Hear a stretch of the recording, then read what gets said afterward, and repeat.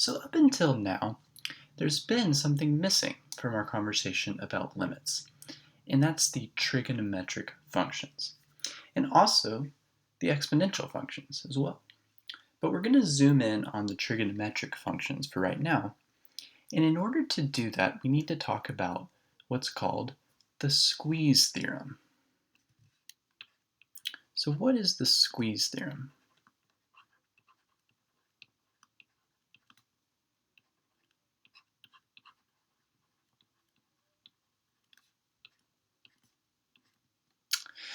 Well, the squeeze theorem says the following. Suppose that I have three functions, f of x, g of x, and h of x. And the following inequality holds. So g of x is less than or equal to f of x, which is less than or equal to h of x, for all x in some open interval that we'll just say is ab. So this is going to get a little bit technical for a second, but I'll show you a picture, and the picture really tells the whole story. Okay, but we have these three functions, and what we want to say is that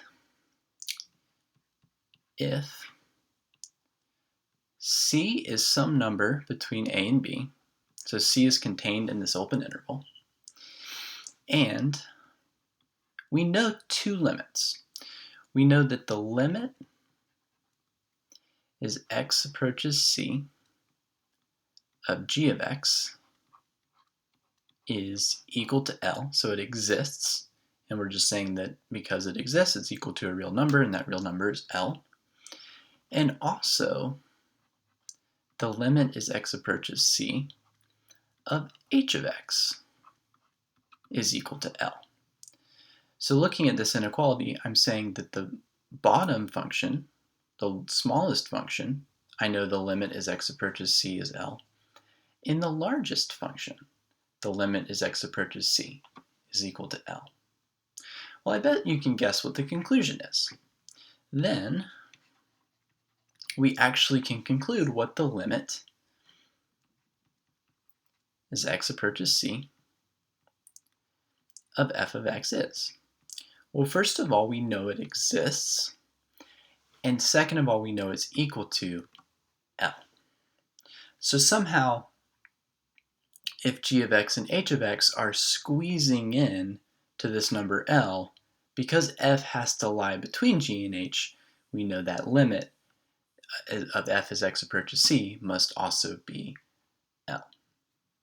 So let's look at an example and a picture that'll illustrate this theorem.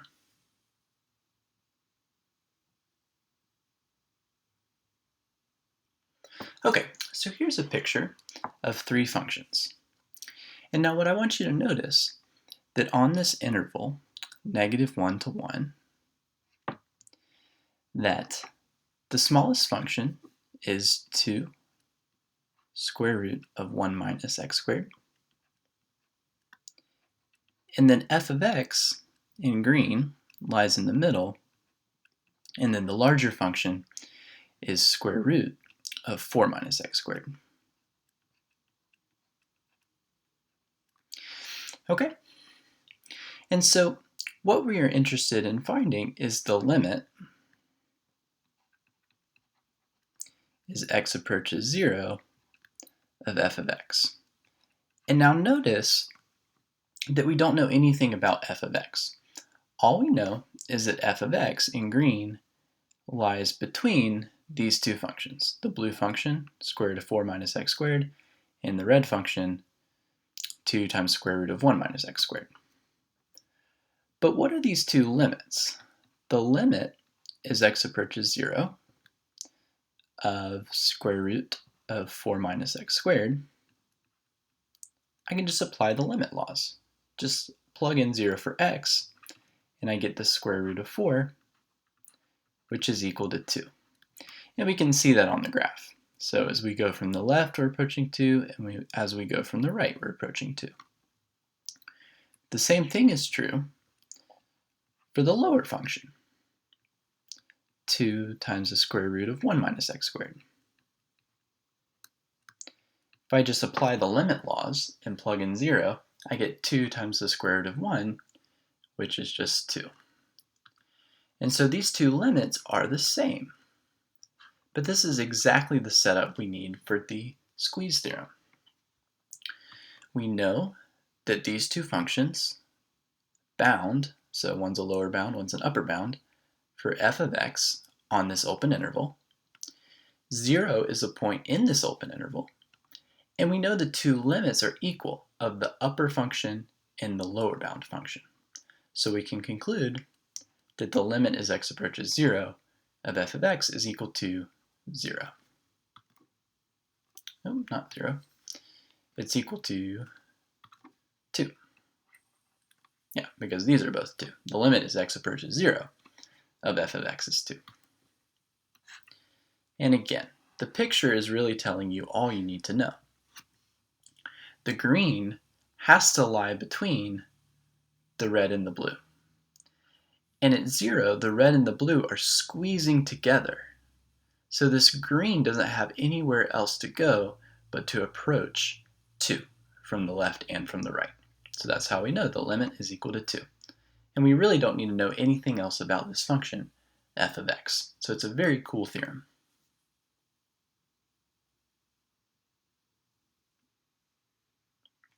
Okay, so now that we've talked about the squeeze theorem, we're ready to attack the trig functions. So let me just ask the question. What is the limit as x approaches 0 of sine of x? So we'll deal with cosine and tangent later, but for now let's just look at sine x. And so what this limit is equal to hinges on the squeeze theorem. So here's what I claim to be true. And we'll actually prove this in a second, and the proof is not too hard. But I claim that sine x lies between these two functions, minus absolute value of x and positive absolute value of x.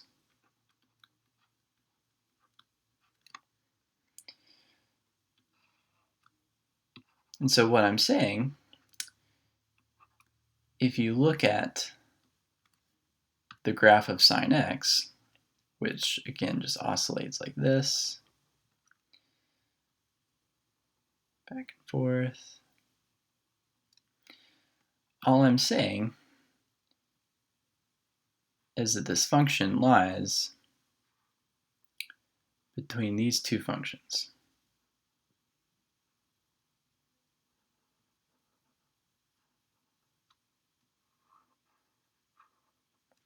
So on the top, we have absolute value of x, and on the bottom,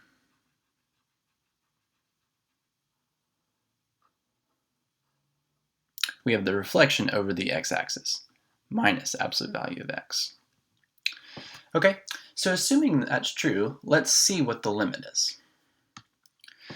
Okay, so notice that the limit as x approaches 0 of absolute value of x is what?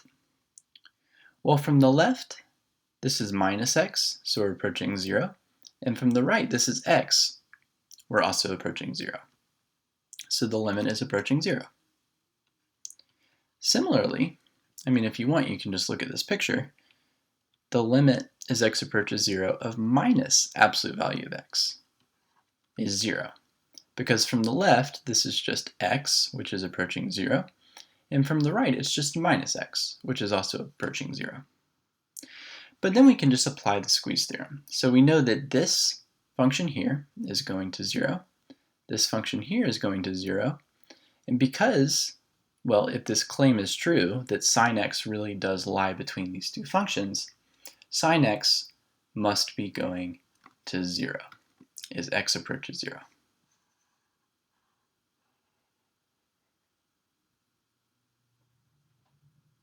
Okay, well that's great. So we've determined what the limit as x approaches 0 of sine x is equal to. All it hinges on is whether or not this claim is true. which it is, but I want to illustrate to you why it is, because it is a very nice inequality to have in the back of your mind.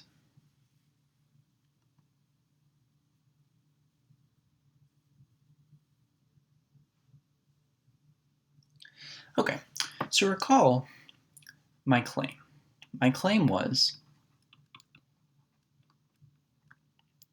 minus absolute value of theta is less than or equal to sine of theta. And I mean, before I was using x, but it doesn't really matter here, I'm using theta. And then is bounded above by absolute value of theta.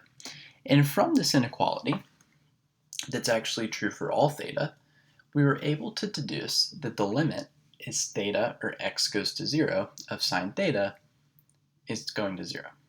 Okay, so let's see why this inequality is true.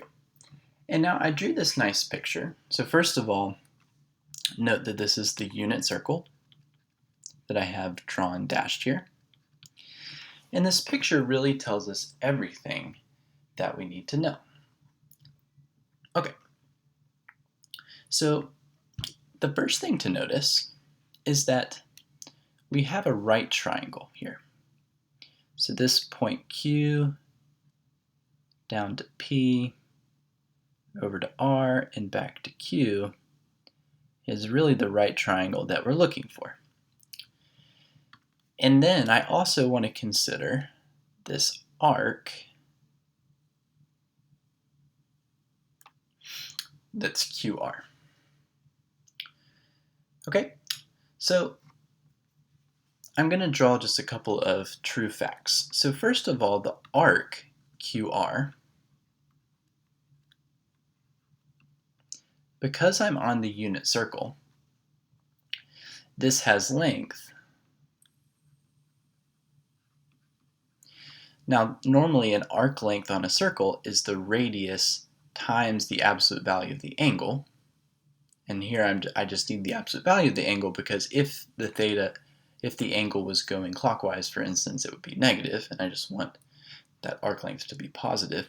So this arc has length absolute value of theta times 1, because we're on the unit circle. So just the radius of the circle times the absolute value of the angle that forms the arc. And now the other thing to notice is that the length of the segment QR, so this is actually, let me draw this in blue.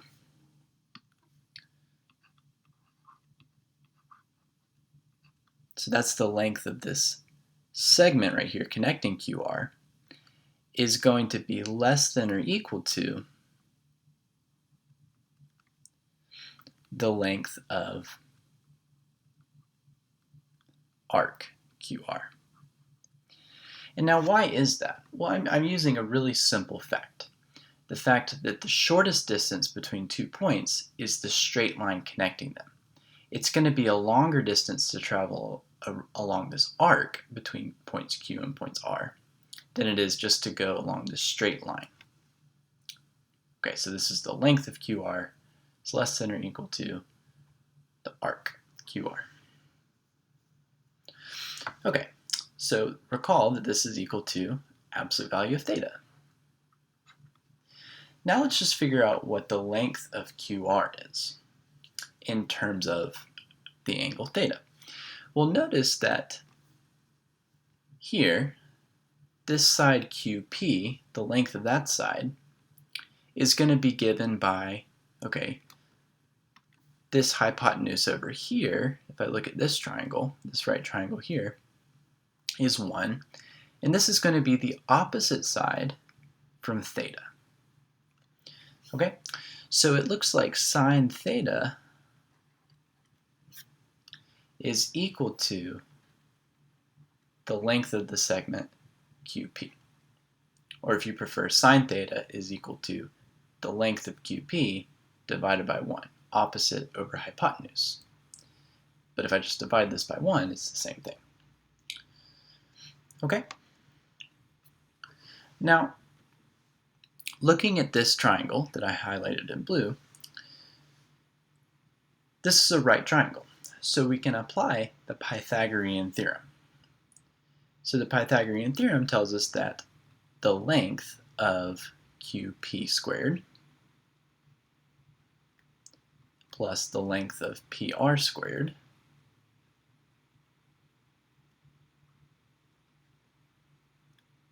is equal to the length of QR squared. Okay, so the length of QR is just absolute value of theta, so this is really just equal to absolute value of theta squared. But then QP squared, that length, is just sine theta. So this is giving me that sine squared theta plus some other number that's positive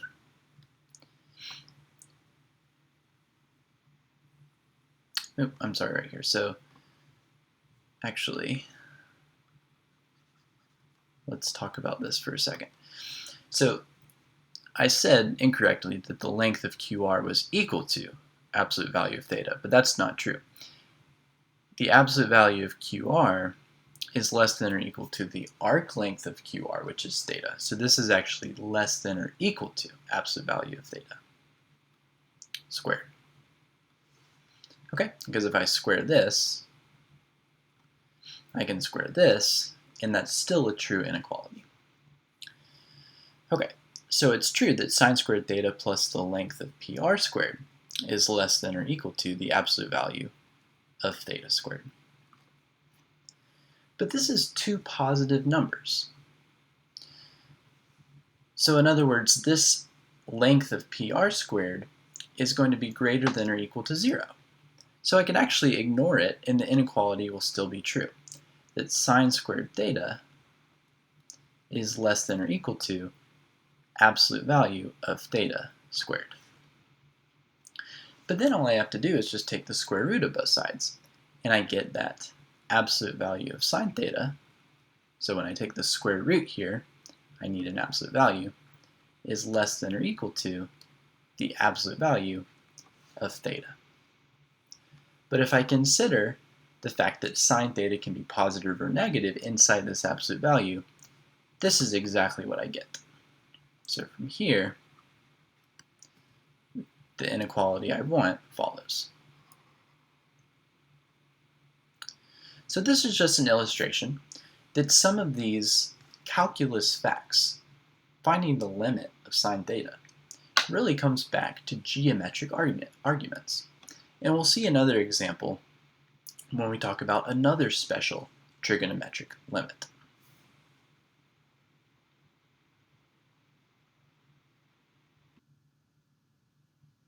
Okay, so we just showed that the limit as, we'll just say x now. I know I'm switching back and forth between x and theta, but in different situations it'll make sense to use x versus theta. So the limit as x approaches 0 of sine of x is equal to 0. That's what we just verified. But there's another important limit that comes up involving sine, and that's this. The limit is x approaches 0 of sine of x divided by x. Okay, so how are we going to evaluate this limit? Well, we could just try to use the limit laws. So let's do that. So if I say that this is equal to, well, let me just plug in 0, or take the limit as x approaches 0 of sine of x. That's going to give me 0. And then in the denominator, the limit is x approaches 0. It's just 0. So again, I'm getting an indeterminate form.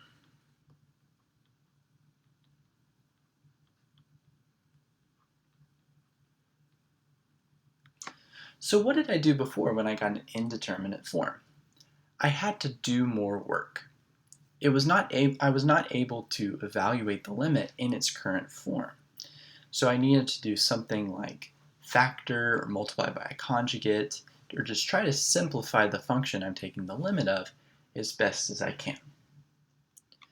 Now the problem here is that we really haven't learned that much about the sine function. Now you may think you know a lot, but there really is a lot more to understand about sine. Right now, we really just know that it's a trigonometric function, and the only calculus we know about sine is its limit.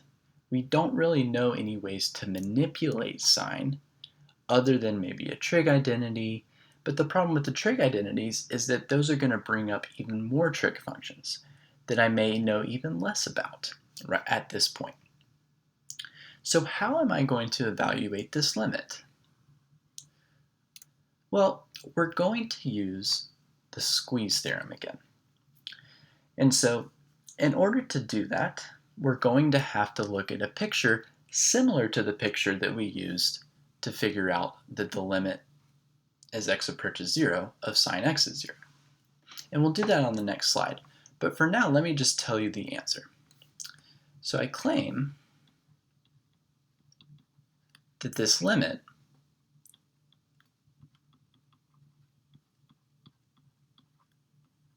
is equal to, I wonder if you have a guess. Maybe it's what you want to believe that this is, 0 divided by 0. In this case, it actually works out that this is equal to 1.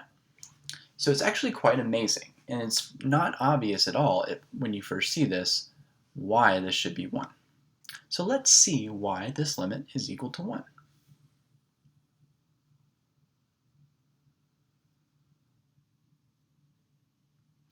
Okay, so I have another diagram here that's going to help me show what that limit is.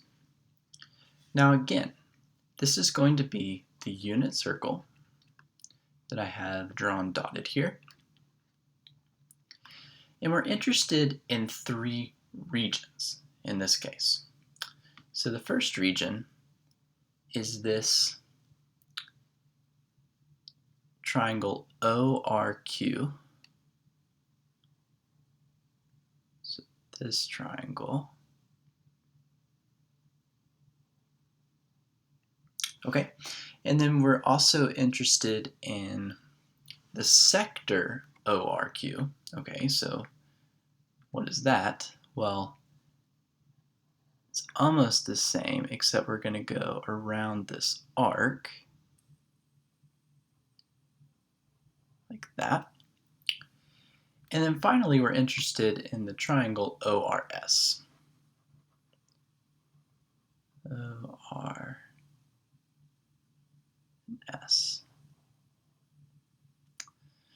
Okay, so triangle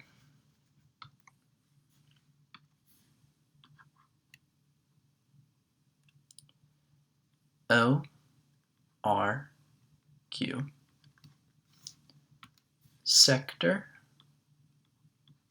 Now by sector, I just mean a piece of the pie, a piece of the circle, a cutout of the circle. ORQ.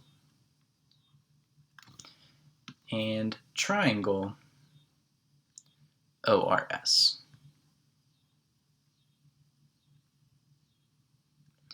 Okay, so what I want to do is I want to find the areas of all these regions.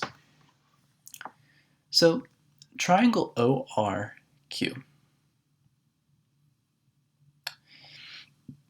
The area of a triangle is 1/2 base times height. So now the base is 1, because this is just a radius, OR, of the unit circle. And the height is just this segment QP. But we saw this before. That's just sine theta. So actually the area is just equal to 1/2 sine theta. Then for the sector, okay, so the area of a sector, that's just a formula, actually.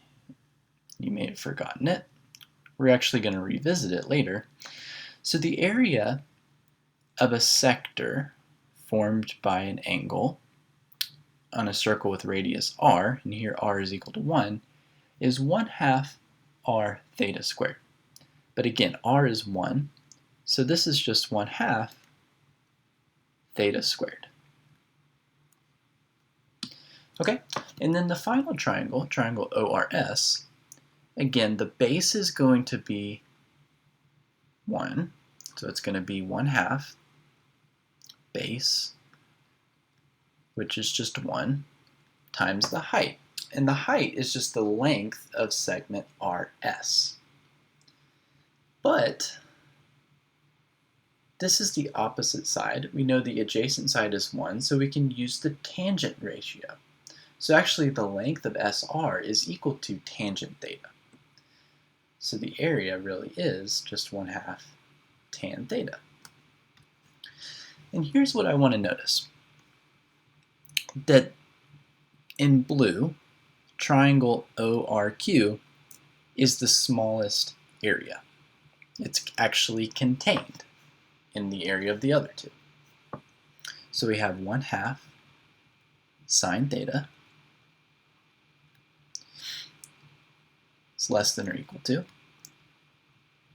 the sector OQR, so that contains the area of the inner triangle but is contained in the area of the larger triangle, so 1/2 theta squared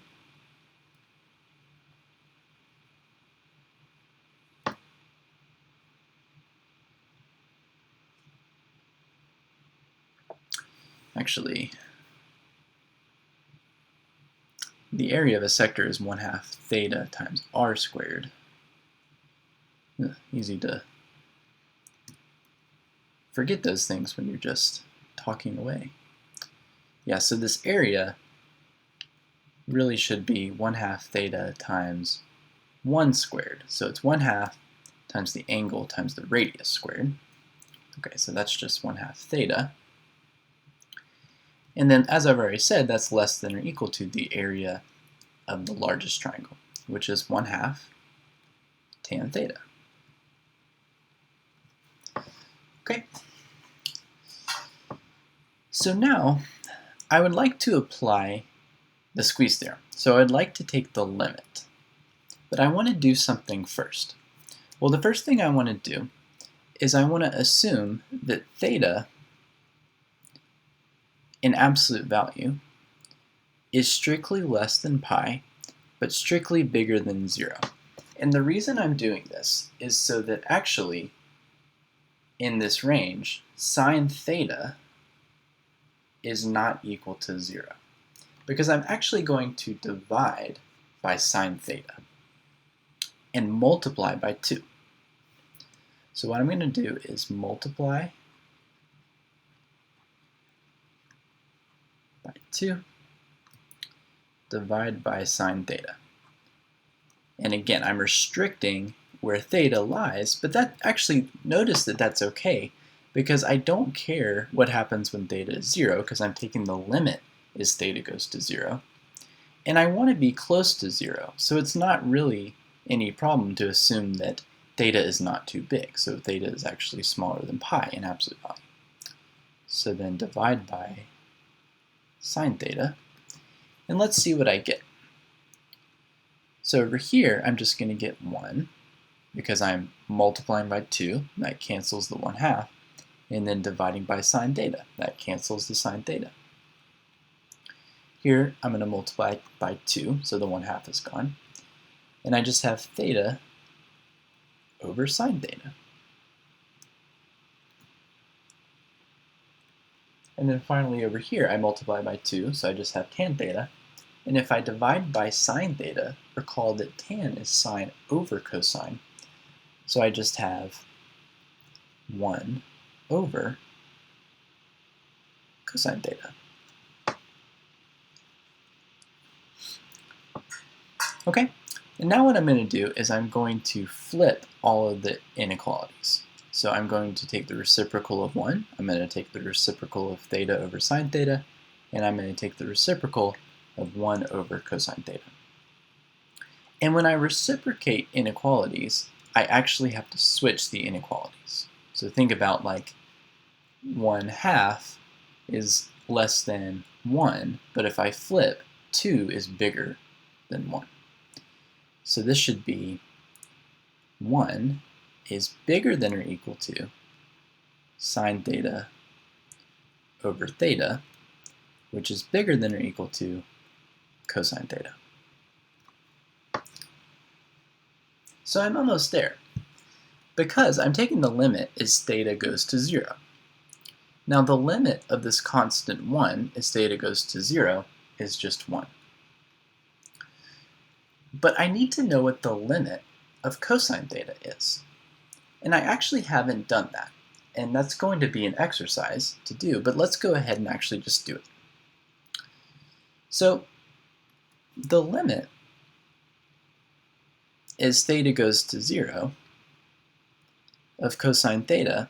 Now we haven't talked about that, but that's really okay, because I can write cosine in terms of sine. So this is really just the limit as theta goes to 0.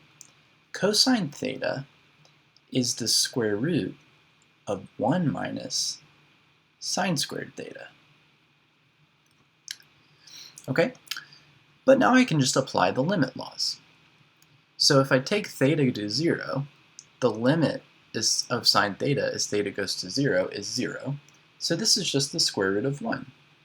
So it really is true that the limit as theta goes to 0 of cosine theta is just equal to 1. So the limit of 1 as theta goes to 0 is 1, and the limit of cosine theta as theta goes to 0 is 1. So sine theta over theta is squeezed between 1 and something else that's going to 1.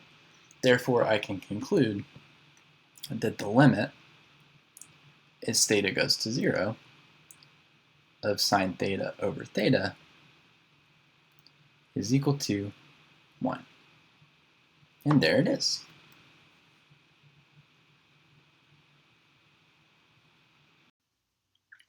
Okay, so we want to evaluate this limit. And the hint is we want to use the squeeze theorem and this inequality. And recall that this inequality isn't coming from nowhere. It's coming from the fact that sine theta is the y-coordinate of the intersection point of a ray passing through the unit circle. So it's going between those y-coordinates on the unit circle are going between -1 and 1. So it's a really common inequality.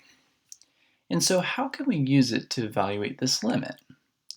Well, if I replace theta with 1 over x, this is still a true inequality. Because again,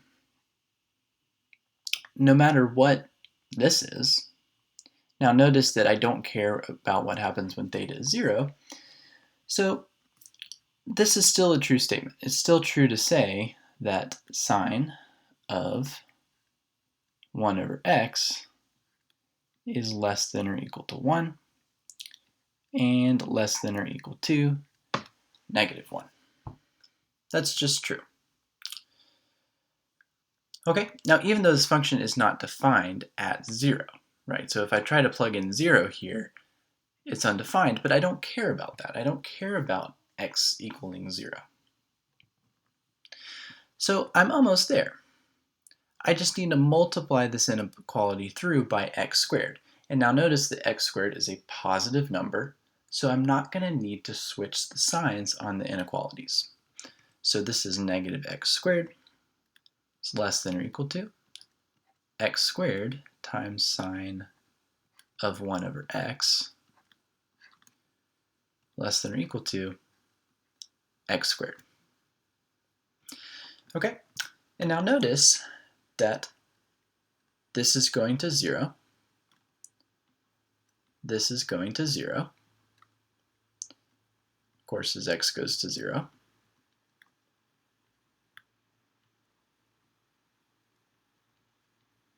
So I'm being a little sloppy with notation here. But I mean, once you use the squeeze theorem a few times, you see what happens. The lower bound is going to 0 as x goes to 0. The upper bound is going to 0 as x goes to 0. And because the middle thing is always in between the lower and the upper bound, it's getting squeezed in. So I can conclude what? Well, the limit as x goes to 0 of x squared times sine 1 over x which is the limit I'm looking for, is equal to 0. And there we have it. So a very useful application of the squeeze theorem and a relatively common trigonometric inequality.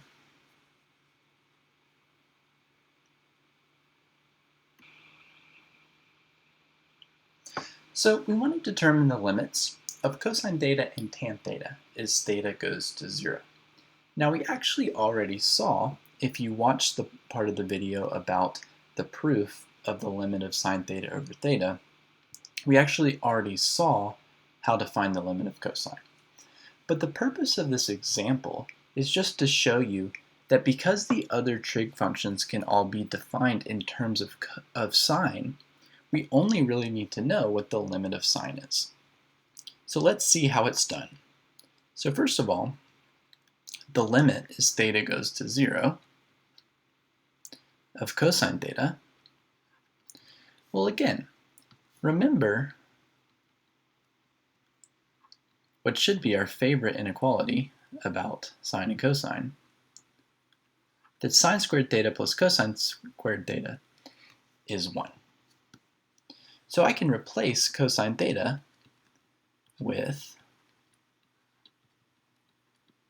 square root of 1 minus sine squared theta. But now I can just use the limit laws. This is exactly the sort of thing the limit laws are made for. I just have a difference of functions, I'm squaring a function, square rooting a function, so I can just take the limit of what I can. So if I just take the limit of sine theta as theta goes to 0, I know that that's 0. So this is just the square root of 1 minus 0 squared, which is 1. So the limit of cosine as theta goes to 0 is 1. Now we can treat tangent similarly. Now that we know what the limit of sine and cosine are as theta goes to 0, let's just write tangent in terms of sine and cosine. So that's going to be sine theta divided by cosine theta. The limit of sine theta as theta goes to 0 is 0. And the limit of cosine theta as theta goes to 0 is 1. Again, the limit laws are allowing me to just take the limit of each individual part because they're algebraically defined right there. So then the limit of tan theta as theta goes to 0 is just 0. And there you have it. So I could also figure out the limits of the other trig functions as well.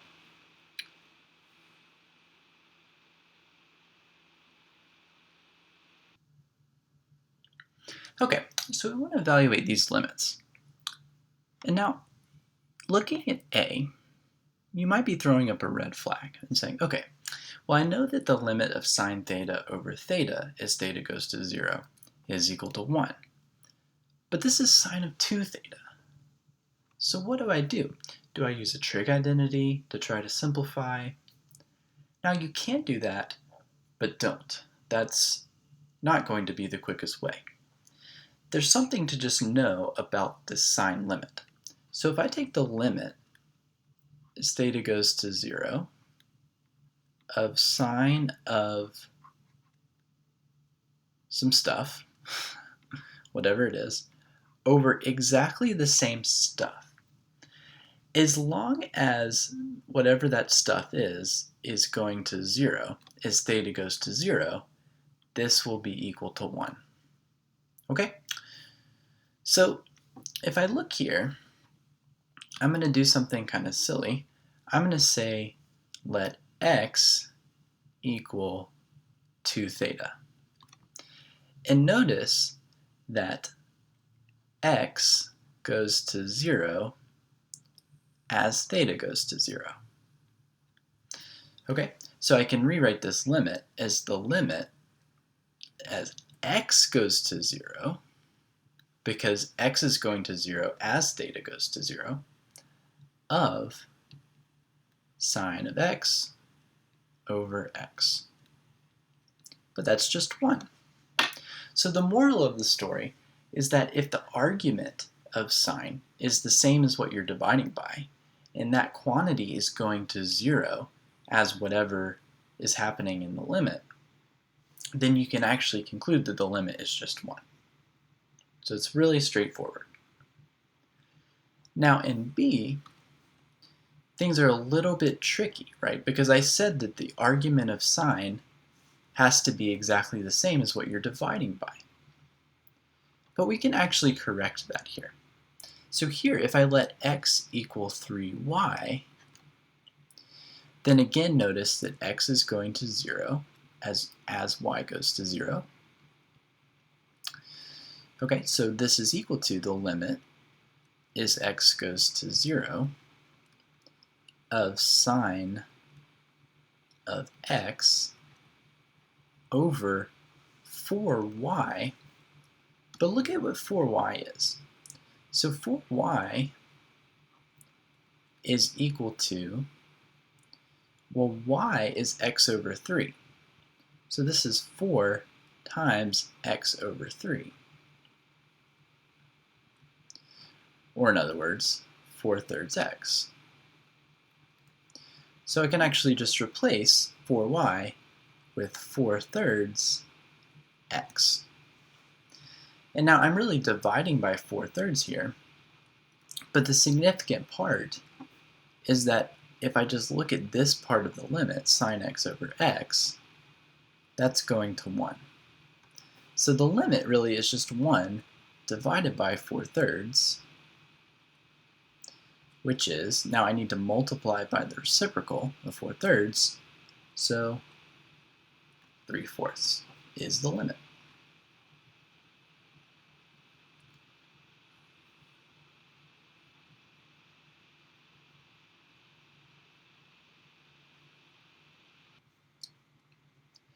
Okay, so let's end with a bang.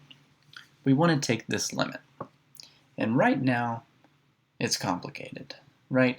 And if I just try to use the limit laws, notice, I'm not going to do it, that I am going to get, indeed, an indeterminate form, 0 over 0. So I'm going to need to do some more work to see what this limit is. And so the first thing I'm going to do is I'm going to apply some limit laws. I'm actually going to split up this function into two pieces. So I'm going to look at x over sine x times cosine x, and then plus x cosine x over sine x cosine x. Okay, and without getting into all the details, well, let me actually not forget the most important part here. Limit as x goes to 0. So I can actually eliminate this cosine of x because I'm just looking near 0, and near 0 cosine is not equal to 0. And then over here, what I can do is I'm going to actually just write this in an interesting way. And just hold with me. So I'm going to write this as 1 over sine x over x times 1 over cosine x. And so notice here, all I did is just divide the numerator and denominator by x, and then multiply by, well, this is just 1 over cosine x. So this should simplify back to what I started with. And then over here, I'm going to do something really similar. Limit as x goes to 0 of 1 over sine x over x. Because this is x over sine x, and I'm just dividing the numerator and denominator by x. And again, I can do that because even though x is 0, could be 0, I'm taking the limit as x approaches 0. So I actually don't care about what happens when x is equal to 0. And why did I do that? Because now I can just take these limits in parts. So I can take the limit of this as x goes to 0, so this is going to 1. I can take the limit of cosine as x goes to 0. This is also going to 1. And again here, I'm just applying the limit laws. And remember, the limit laws just say I can take the limit bits and pieces at a time, just like this piece. The reason I rewrote this in this way is because I wanted to isolate these pieces that I know what the limit are.